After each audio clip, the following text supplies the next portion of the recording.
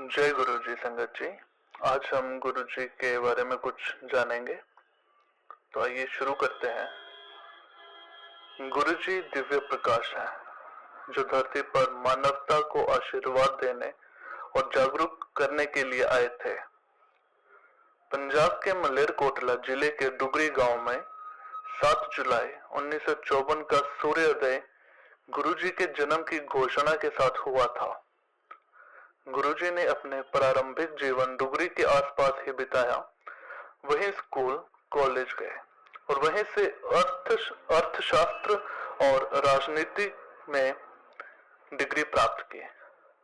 लोग कहते हैं कि उनमें बचपन से ही आध्यात्मिकता की एक चिंगारी थी, पर उस चिंगारी को पूर्ण रूप से दीप बनने में ज्यादा वक्त नहीं लगा।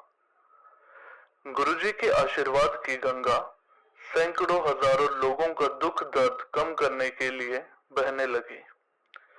गुरुजी जालंधर, चंडीगढ़, पंचकुला और नई दिल्ली सहित विभिन्न स्थानों पर गए और यहीं से सत्संग की शुरुआत की। यहाँ उनका आशीर्वाद लेने के लिए भारत और दुनिया के अन्य भागों से दूर दूर से लोग आते थे। गुरुजी के सत्संग में चाय और लंगर प्रसाद दिया जाता था, जिनमें गुरुजी का विशेष दिव्य आशीर्वाद और दिव्य शक्ति होती थी। भक्तों को गुरुजी की कृपा का अनुभव विभिन्न रूपों में हुआ। उनके असहाय रोग दूर हुए और तमाम समस्याएं आर्थिक, मानसिक, शारीरिक, कानूनी आदि हल हुई। कुछ भक्तों को तो देवताओं के दिव्य दर्शन भी हुए। कहते हैं गुरुजी के लिए कुछ भी असंभव नहीं था, क्योंकि उन्होंने ही भाग्य लिखा था और उसे वे बदल भी सकते थे। गुरुजी के दरवाजे सभी लोगों के लिए समान रूप से खुले थे, चाहे वे उच्च वर्ग के हों या निम्न वर्ग के, गरीब हो या अमीर, या किसी भी धर्म संप्रदाय के हों।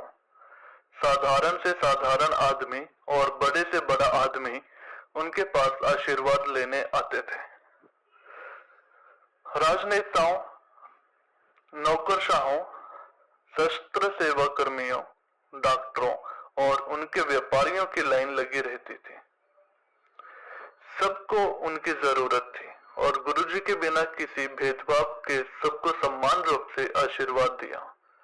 विश्व के किसी भी कोने में बैठे श्रद्धालुओं को उतना ही फायदा मिलता था जितना कि उनको जो लोग उनके पास बैठे थे और उनके चरण छूते थे।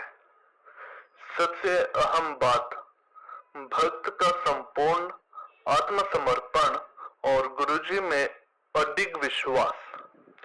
गुरुजी दाता थे, उन्होंने कभी किसी से कुछ नहीं लिया और न ही लेने की उम्मीद रखी। कल्याणकर्ता गुरुजी कहते थे कि मेरा आशीर्वाद तुम्हारे साथ हमेशा रहेगा, और हमेशा का मतलब यह नहीं कि सिर्फ इस जन्म में, बल्कि उनका कहना था कि उनका आशीर्वाद भक्त के साथ भक्त के निवारण तक रहेगा।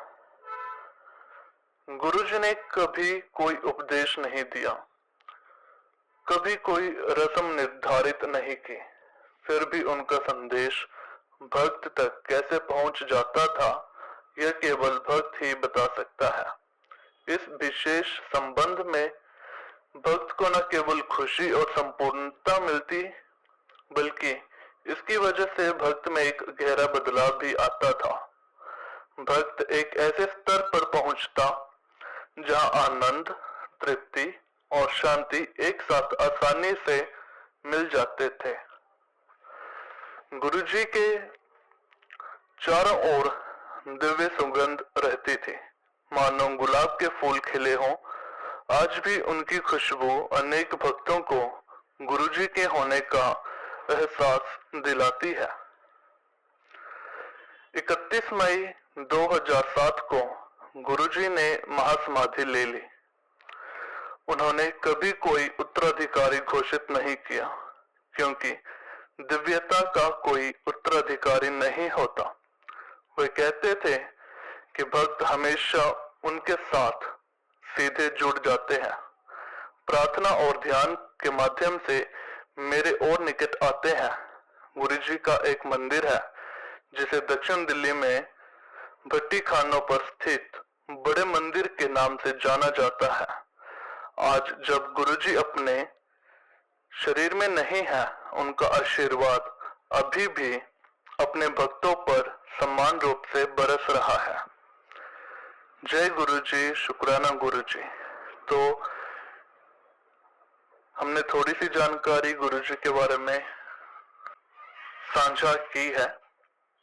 उम्मीद करते हैं कि आपको ये जानकारी अच्छी लगेगी और कृपया इस चैनल को सब्सक्राइब करें ताकि आप गुरुजी से जुड़ने में आसानी प्राप्त करें। जय गुरुजी, शुक्राना गुरुजी।